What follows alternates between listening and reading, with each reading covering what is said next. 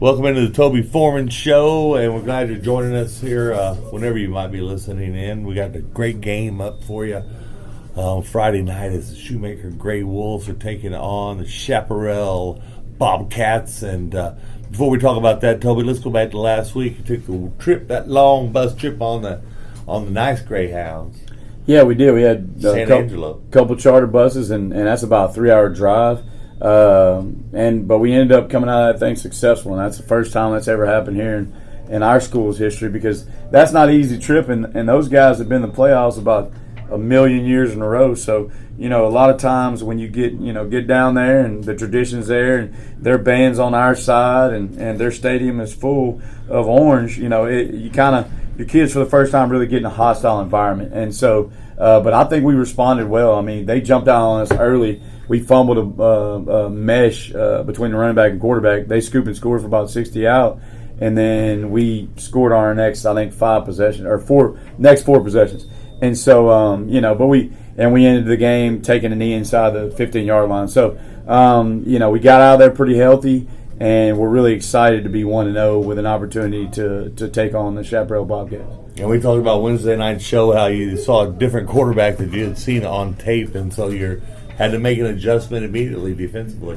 Yeah, well, they had been playing, kind of a couple guys, but it's not the one we expected. But, it is what it is. Both their quarterbacks are quality guys, and defensively, Coach Locks did a really good job of, in all reality, being behind from the jump. I mean, and like I said, the offense gave up the points in the first quarter. It wasn't the defense. And so I was pleased with the adjustments that were made at halftime. We gave up 7 points in the second half, and that's it. And that really allowed us to be comfortable and run the ball out, run the clock out. Yep, and end the game and get the victory. We're number 1.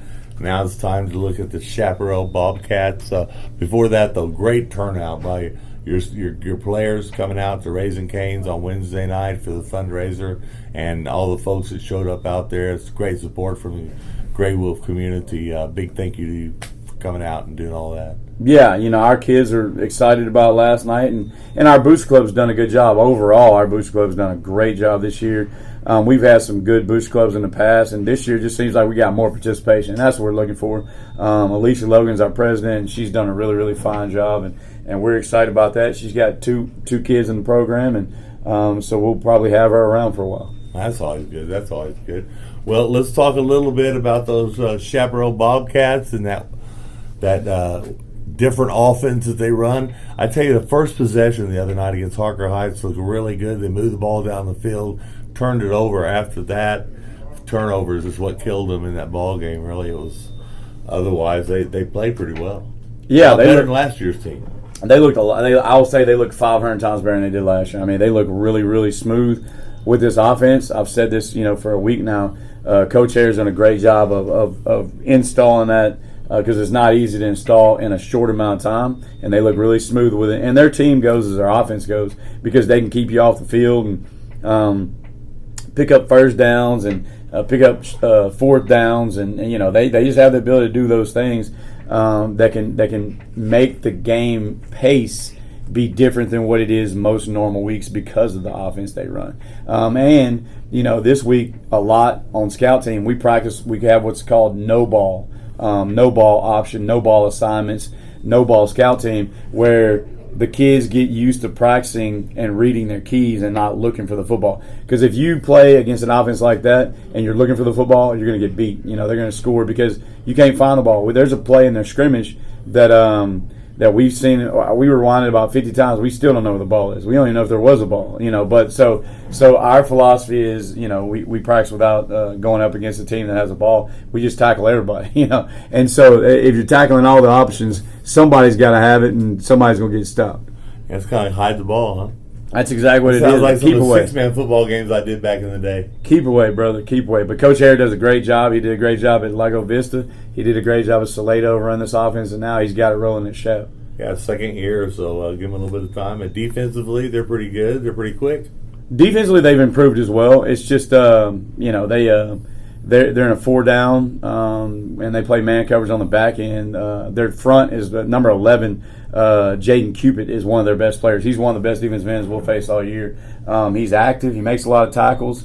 you better account for where he's at, because he's kind of the anchor, of that thing. And then, on the other side, you got number 80, Sam Wells. He's a returning starter from last year. He does an outstanding job. And so, those two guys, they kind of anchor it, as well as Adonis McKenzie, senior defensive back. He does a good job as well. So, like I said, you better account for where they're at, because they play very, very aggressive style on defense. Yeah, and I know when I was a kid, and it's natural. You see a team that hasn't won a ball game, and you're going up against them. And how do you keep the kids from getting overconfident? No, we're playing against the 85 Bears this week. They don't have a clue.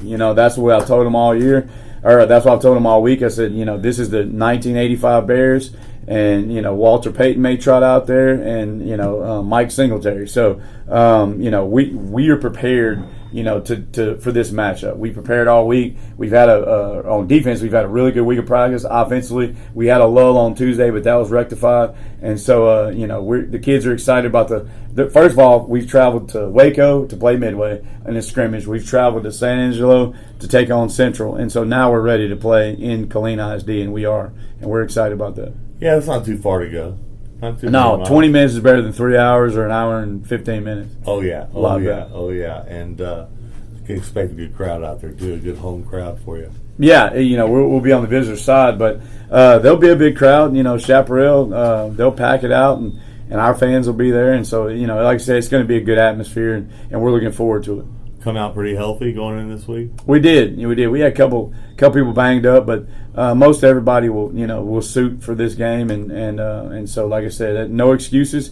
Whatever happens in this game is not going to have anything to do with injuries. I'm sure they're dealing with injuries as well. Oh yeah, and what about the heat? The heat has gone down a little bit. It wasn't as bad as it was last week, but the minute I say that, it'll be 105 at game time. Yeah, no, we don't know any different than 105. That's kind of where I'm from. There's a highway 105. There wasn't a temperature, and so that, but this summer it's been and in fall camp it's just been brutal. But kids are acclimated. We practice around the same time that we play, and so they're used to it. There's not anything different. We don't practice in the mornings. We practice when it's hot, and so we play when it's hot. So we fly around pretty good. I think in the scrimmage in the first game, we've had one kid cramp, and I feel like he probably wasn't putting the right things in his body, and that's why he cramped. So we've rectified that, and we've definitely rectified that, and so that's something we take pride in, is hydrating our kids throughout the week and on the weekends. Yep, keep them that way constantly. You don't have to worry about them cramping up. Yep, exactly right. Well,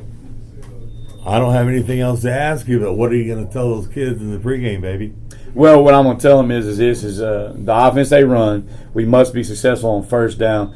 First down dictates what they do on second and third down.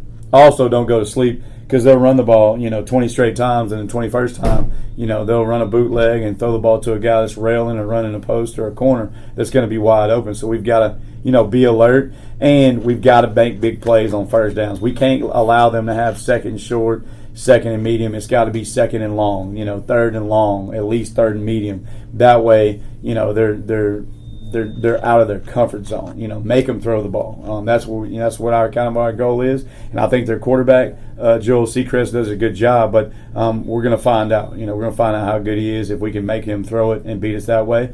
Defensively, we've got to take advantage of their press man coverage and completing some vertical balls, which we didn't do last week. And then on special teams, we got to be sound. We ran a kickoff back last week about 91 yards, and it got called back for a touchdown because we were holding, and we were holding.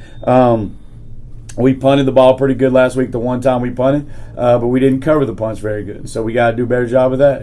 Special teams is going to be a key to this game, and stopping them on first down with their offense. But I'm excited about the opportunity. Our kids are excited about the opportunity. We want to invite everybody to come out this week and and watch this game.